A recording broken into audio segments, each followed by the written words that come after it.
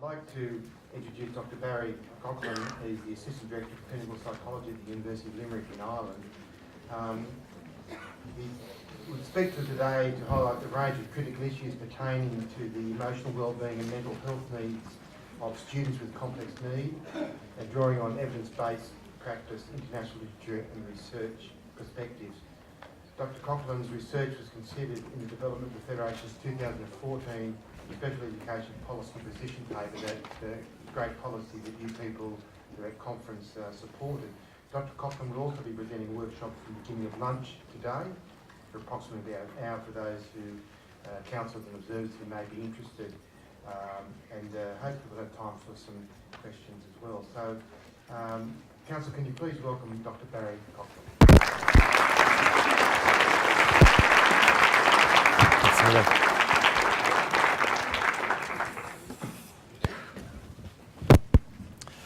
Morning, everybody.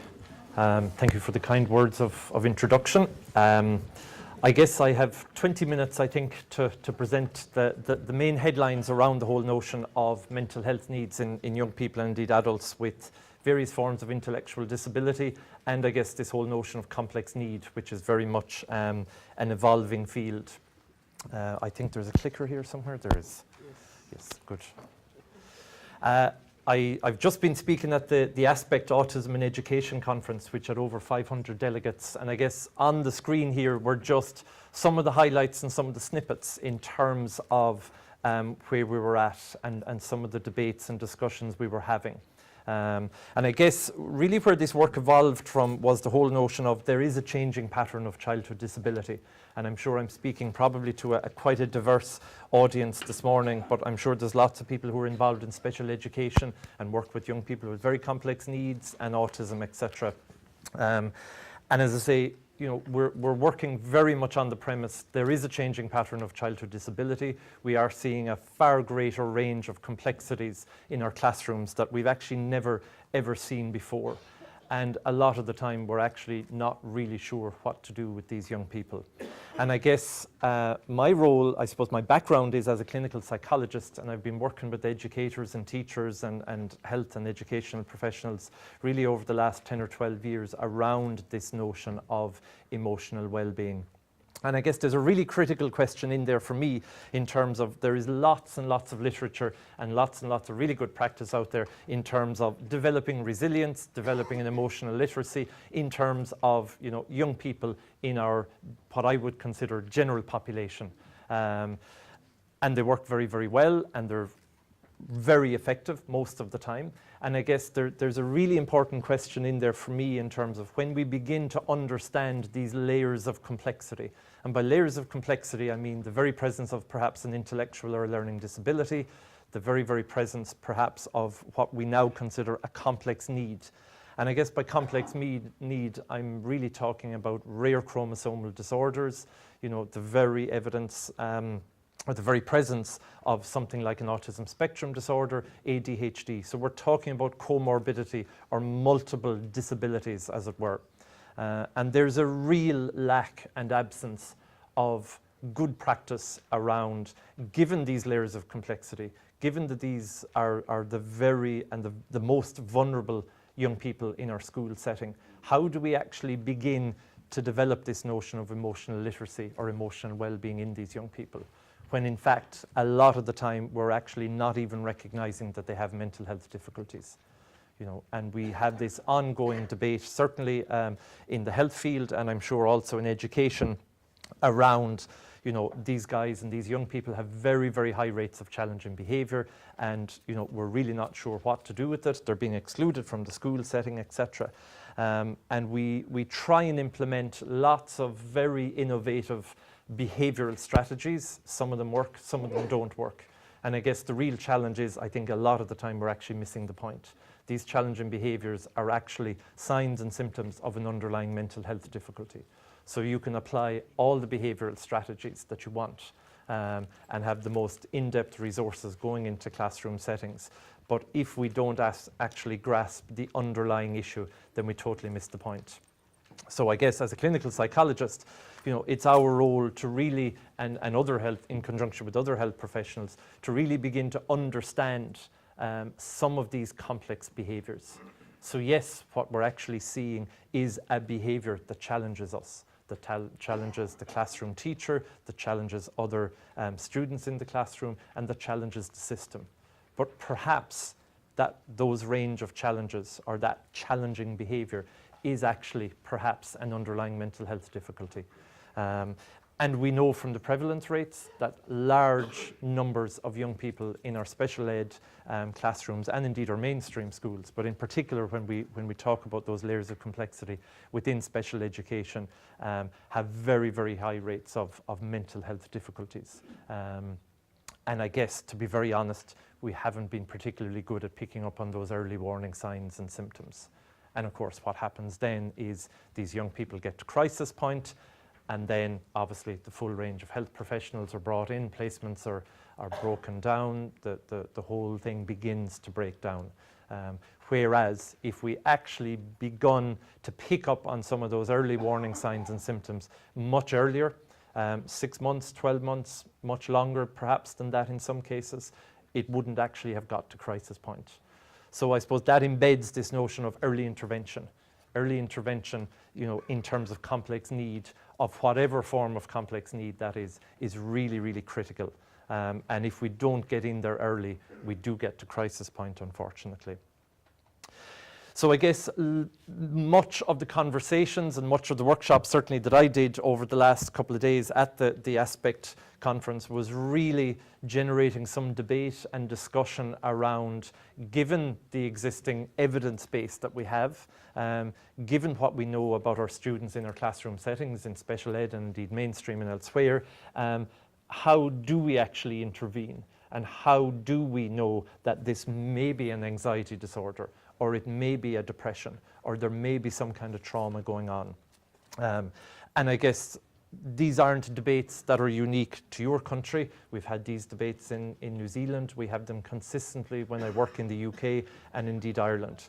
And I guess some of the work that we're doing with teachers specifically is actually specific continued professional development training programs that actually embed this notion of well-being and mental health into continued professional development. Because my sense is it probably or may not have been part of your curriculum.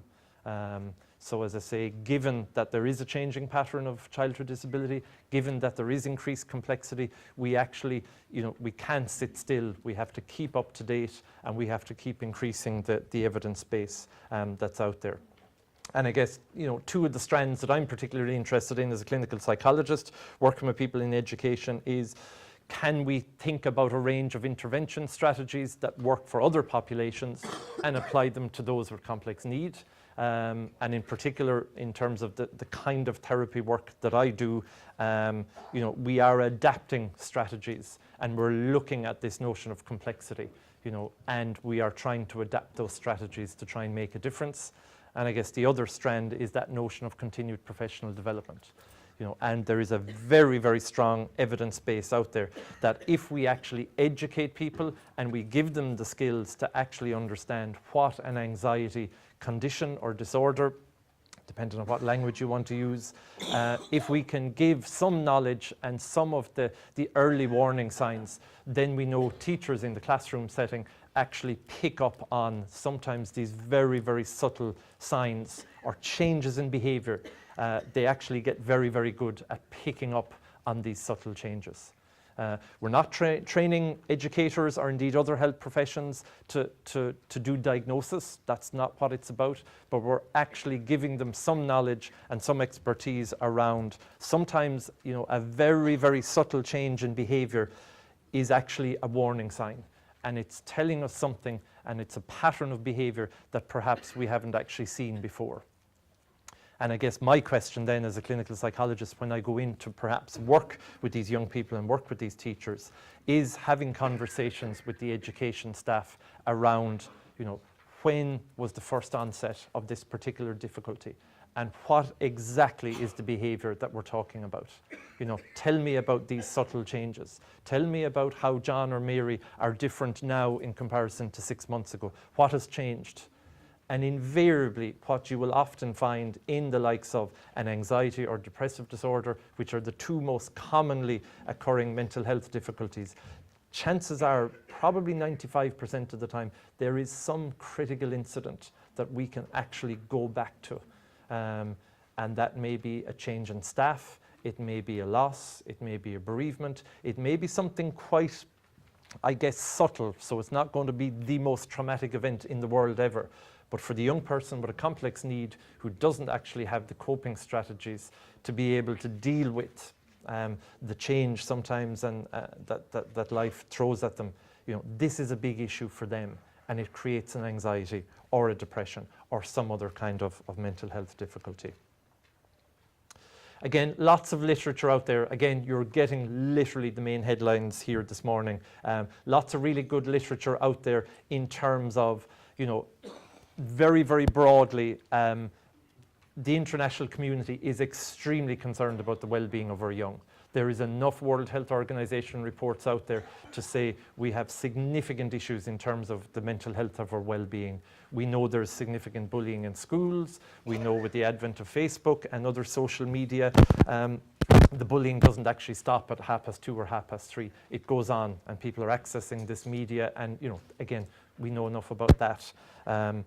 So it's this notion of a time bomb that's ticking. And as I say, we do need to be, I think, far more proactive around this, in particular for the young people that I'm working with, those with complex need. Because as we know, if we don't actually intervene early, it is a slippery slope, and these young people, and indeed their mums and dads and the wider family, grandparents, uncles, aunts, siblings, they get to crisis point very, very quickly. As I say, you are getting the highlights, so I'm flicking through these pretty quickly. Thankfully, in what I would consider the more general literature, there's a real emphasis on early intervention, which there always has been, but in particular now, I'm very, very glad to see there really is an emphasis now around this notion of infant mental health. So it's not just about getting in there at 3 and 4 years of age, which would be fairly typical for an early intervention service, but it possibly is about working with our most vulnerable families much, much earlier. So we're bringing in, whole other area of practice here around attachment and some of the difficulties that these young people, perhaps family members, mums and dads may have mental health difficulties themselves. And one of the world's leading experts in early intervention and disability, Mike Goralnik, is saying, well, if they're doing it in the general population, we should absolutely be doing this when it actually comes to young people with complex need. Lots of reports of interest. I'm actually going to leave maybe a reading list with Claudia and some other information. Again, snapshots, main headlines. The scale of the problem is very, very significant. And again, this particular snapshot here is a more generic snapshot, really. We're extremely concerned about the rates of depression, and equally we are extremely concerned about the rates of anxiety. If you look at those figures, almost a third of children have thought about or even perhaps have attempted suicide. And obviously we know suicidal ideation, etc., absolutely linked to depression. Equally, there's huge amounts of self-harming happening, and that's without the presence of this notion of a complex need. So if we begin to layer in these complexities, we see very, very significant patterns emerging. One such study in the UK, again, you can see the figures here on the screen, significant amounts of young people in the classroom setting are going to be vulnerable, regardless of the label that we actually put on it. There is some critical issue, perhaps, that's happening in life. There may be neglect, there may be an abuse. 10% are actually going to have some kind of what we would consider diagnosable mental health difficulty. And of those who have a diagnosable mental health difficulty, unfortunately, 50% of those probably meet the criteria for a very, very significant depressive disorder, hence self-harm and attempted suicide, and sometimes, as we well know, successful suicide. And obviously, significant, perhaps, parental mental health issues. So this is the kind of time bomb that we're talking about, as I say, in terms of World Health organisation reports, etc. What happens when we begin to layer in this notion of complexity? What happens if a young person presents with an intellectual disability in our classroom setting, or some kind of specific learning difficulty? What happens if they have some kind of a rare chromosomal disorder? In your country here in Australia, you're very, very fortunate to have Elizabeth Elliott, who is one of the world's leading experts in fetal alcohol spectrum disorder. I was working with her husband, David Dossiter, who is a consultant psychiatrist in mental health and young people with disability. You know, the rates of mental health difficulties when you layer in something like a fetal alcohol spectrum disorder is up at 90%. The very, very presence of an intellectual disability in and of itself, you know, there's a 7-fold increase in mental health difficulties when we just layer in the presence of an intellectual disability. So we're talking about prematurity. Again, you know, if you want to see really, really good practice and absolutely superb research around prematurity, you go to New Zealand, you go to Patricia Champion Centre. You know, there's a range of, I suppose, very much 21st century disabilities that we're now seeing in the classroom much, much more. So we're not just talking about the very, very presence of an intellectual disability. Yes, that is there, but we may also be talking about an autistic spectrum disorder, or we may be talking about a fetal alcohol spectrum disorder. And again, I suppose coming from an autism in education specific conference, we were fine-tuning down to the very needs of this population. And as I say, the Australian figures around ASD are roughly and approximately 1 in 100 young people. And that's a very, very significant figure. If we go to the States, actually the figure is even more worrying, and it's 1 in 68, and that's literally from March 2004. And your figures are absolutely no different to our figures in Ireland, figures in the UK. You know, we are heading that direction. Likewise with FASD, if I was to put up those figures, we're talking about exactly the same here in this country and elsewhere. You know, binge drinking amongst young people is a very, very significant issue and massive implications. So given that there's high rates of ASD, you know, what happens to that particular population given that, you know, ASD is a chronic pervasive neurodevelopmental disorder?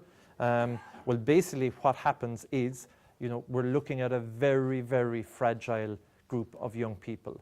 And this was a headline that I took from the Guardian newspaper probably about 2 years ago. And I think it sums up very nicely in terms of its language, the kind of young people that we're talking about in terms of complex need ASD, that broad banner, not specific to ASD. They have no defenses. They do not possess the kind of coping strategies that we take for granted. You know, we miss the bus in the morning on the way to work. You know, we're invited to give a keynote, you know, in front of 500 people. Generally generates probably a fairly significant amount of anxiety, but we have coping strategies to be able to deal with that. We have exams to do, all those kind of things we take for granted. But when you think about the young people in our classroom settings, many of them do not have the defenses or the coping strategies to be able to cope with what we would consider very, very perhaps straightforward transitions or other issues. It's huge for them, and hence you have these meltdowns. Barry Carpenter and myself, a colleague from the UK, I'm sure many of you have heard Barry speak. He's probably been to Australia numerous times at this stage, and equally in New Zealand. Barry is an educator, and essentially Barry and myself do a lot of this work together from both the education and the health perspective. And I suppose our message when we do these kinds of trainings and when we consult with staff and we develop some of the tools that we have done, the basic premise is, you know, mental health is a significant barrier to learning. The anxious child in the classroom isn't a child that's learning. They're disengaged from you, the teacher. They're disengaged from the curriculum. They're probably disengaged from other pupils sitting around them, etc. So you can implement the most innovative, creative teaching strategies, but if there's an underlying mental health there, you can be as creative and innovative as you actually want. but we're missing the point essentially. And again, the figures are very, very significant. I have 2 minutes to go. At the last conference, there was actually yellow and red lights in front of me. If you got a red light flashing, you're in serious trouble. Flashing red lights are never good, no matter what context you're in. They always create a little bit of anxiety. So essentially, what you've got is a snapshot. As I say, these are very, very significant concerns.